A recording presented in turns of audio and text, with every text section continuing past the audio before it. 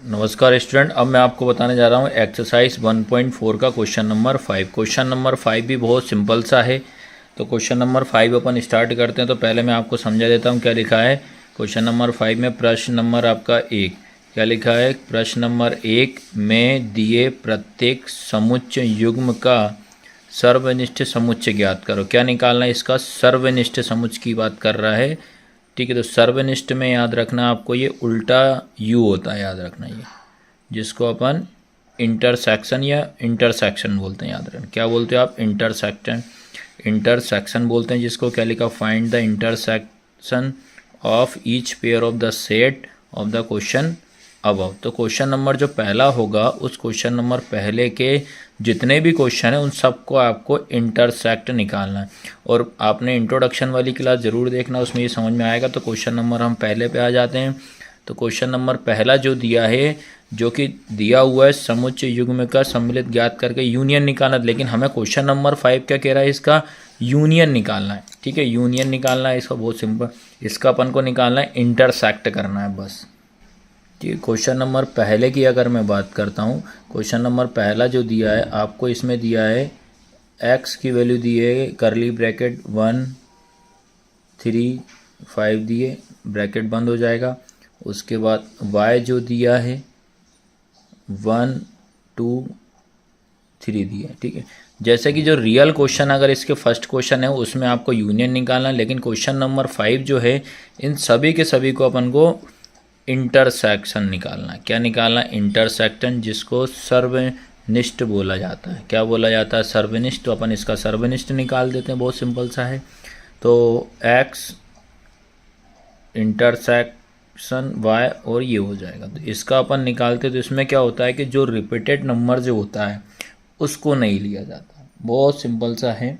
तो अपन इसमें क्या होता है कि जो रिपीटेड नंबर होता है उनको देखते हैं और उनको एक बार, लेकिन इनको बस साथ में नहीं लिखते। सिंपल तरीका देखा मैंने, एक यहाँ दिख रहा है और एक कहाँ दिख रहा है, ये दिख रहा है।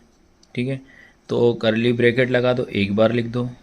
ठीक है, उसके बाद 3 यहाँ है और 3 यहाँ है, तो कॉमा 3, बस यही आंसर है। बस सिंपल सा ये करना, जो भी रिपीटेड होता है उसको आप एक बार लिख के साथ लिख दो, और जो जिसका पेयर नहीं बनता उसको आप छोड़ दीजिए। तो बस इसको आपको इतना ही करना है। इसके बाद ये अपना सेकंड क्वेश्चन है, इसका आएगा ए इंटरसेक्ट बी। तो क्या करना है आपको, रिपीट नंबर देखना, मार डबल डबल। देखो ए यहाँ दिख रहा है, ए यहाँ दिख रहा है, बस ओनली ए दिख रहा है। उसके बाद ई सिंगल, आई सिंगल, ओ, और ये सब सारे सिंगल सिंगल, सी भी सिंगल है और बी भी। तो इसलिए इसका जो आंसर है वो क्या हो जाएगा आपका, ए हो जाएगा। बस यही इसका क्या हो जाएगा आपका आंसर है। बस इतना सा इसमें आपको करना है। इसके बाद क्वेश्चन नंबर आपका थर्ड वाला आता है। थर्ड वाले में क्या बोल रहा है आपको, का ए जो दिया है 3 का गुणज निकालना है, नेचुरल नंबर मल्टीपल 3 निकालना है ए में, और बी में क्या करना है 6 से कम, 6 लेस देन 6 करना है। पहले ए निकाल लेते हैं और फिर भी बी निकाल लेते हैं, फिर इनका अपन इंटरसेक्शन निकाल देते हैं इनका। जैसे कि थर्ड क्वेश्चन की अगर मैं बात करूं, थर्ड में आपको बोल रहा है ए के मल्टीपल। तो ए के मल्टीपल अपने को देखेंगे कौन कौन सा हो जाएगा, 3 6 9 12 15 और 18, ये होगा 3 के मल्टीपल। और बी की वैल्यू क्या हो जाएगी, बी की अपनी हो जाएगी लेस देन 6। लेस देन 6 की बात कर रहा है तो पहला नंबर 1 हो जाएगा, सेकंड 2 हो जाएगा, फिर 3 हो जाएगा, 4 हो जाएगा, 5, ये हो जाएगा आपका लेस देन 6 की बात कर रहा है। ठीक है, अब इसका अपन निकाल देते हैं। चलिए अब निकालते हैं इसका ए इंटरसेक्शन बी। मात्र आपको देखना रिपीटेड नंबर या डबल नंबर कौन सा दिख रहा है। देखो आप, मात्र दिख रहा है आपको 3, बाकी सारे नंबर आपको क्या है, सिंगल सिंगल दिख रहा है। तो इसलिए इसका आंसर क्या हो जाएगा 3। बस यही करना है इसमें आपको। इसके बाद क्वेश्चन नंबर आपका आता है फोर्थ। क्वेश्चन नंबर फोर्थ में क्या लिखा है, एक्स सच दैट एक्स एक प्राकृत संख्या है, जो कि आपको बताया था कि एक्स से क्या हो रहा है, एक्स से मतलब 1 से छोटा होना चाहिए और 6 से बराबर और इक्वल होना चाहिए, ये बोल रहा है। फिर इस वाले में बोल रहा है प्राकृत संख्या होना चाहिए, नेचुरल नंबर होना चाहिए, जो कि 6 और 10 से क्या होना चाहिए, छोटे होना चाहिए। इनके बीच में 6 और 10 से छोटे आने चाहिए, इनके बीच में सीधे सीधे नंबर आने चाहिए। तो अपन क्या करते हैं, इसमें से अपन ए और बी निकाल लेते हैं, फिर उनका इंटरसेक्शन निकाल देते हैं, यूनियन निकाल देते हैं इनका, जिसको बोला जाता है सर्वनिष्ठ। याद रखना क्या बोला था, हिंदी में सर्वनिष्ठ बोलते हैं, इंग्लिश में इंटरसेक्शन बोलते हैं। चलिए क्वेश्चन नंबर हम बात कर रहे हैं अपन फोर्थ की। तो फोर्थ में ए जो है वो निकलेगा क्या आपका, ए निकलेगा 2 3 4 5 6 निकलेगा। उसके बाद हम बी की अगर बात करूं तो बी निकलेगा आपका 7 8 9 निकलेगा। अब इसका अपन निकाल देते हैं इंटरसेक्शन, निकाल देते हैं सर्वनिष्ठ, निकाल देते हैं ए सर्वनिष्ठ बी।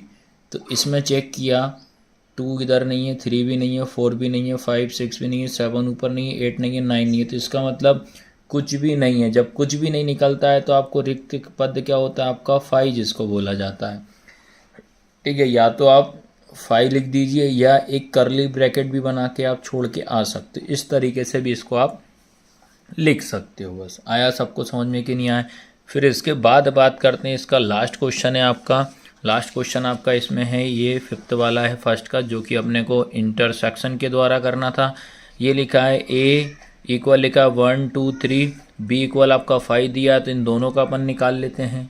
क्वेश्चन नंबर आता है इसका 5th वाला। 5th वाले में दिया है ए इक्वल जो दिया है वो दिया है 1 2 3 दिया, फिर बी इक्वल दिया आपका 5 दिया, बी इक्वल क्या दिया 5।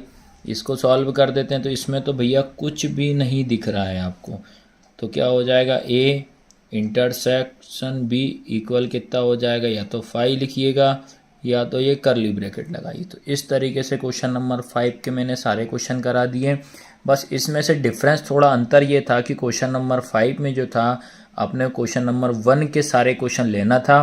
क्वेश्चन नंबर 1 जो था आपका यूनियन संघ से करना था, लेकिन क्वेश्चन नंबर 5 ने ये बोला है कि क्वेश्चन नंबर 1 के ही आपको क्वेश्चन लेना है, पर उनके आंसर आपको इंटरसेक्शन के द्वारा सर्वनिष्ठ के द्वारा करना था, जो कि मैंने आपको सारे करा दिए हैं।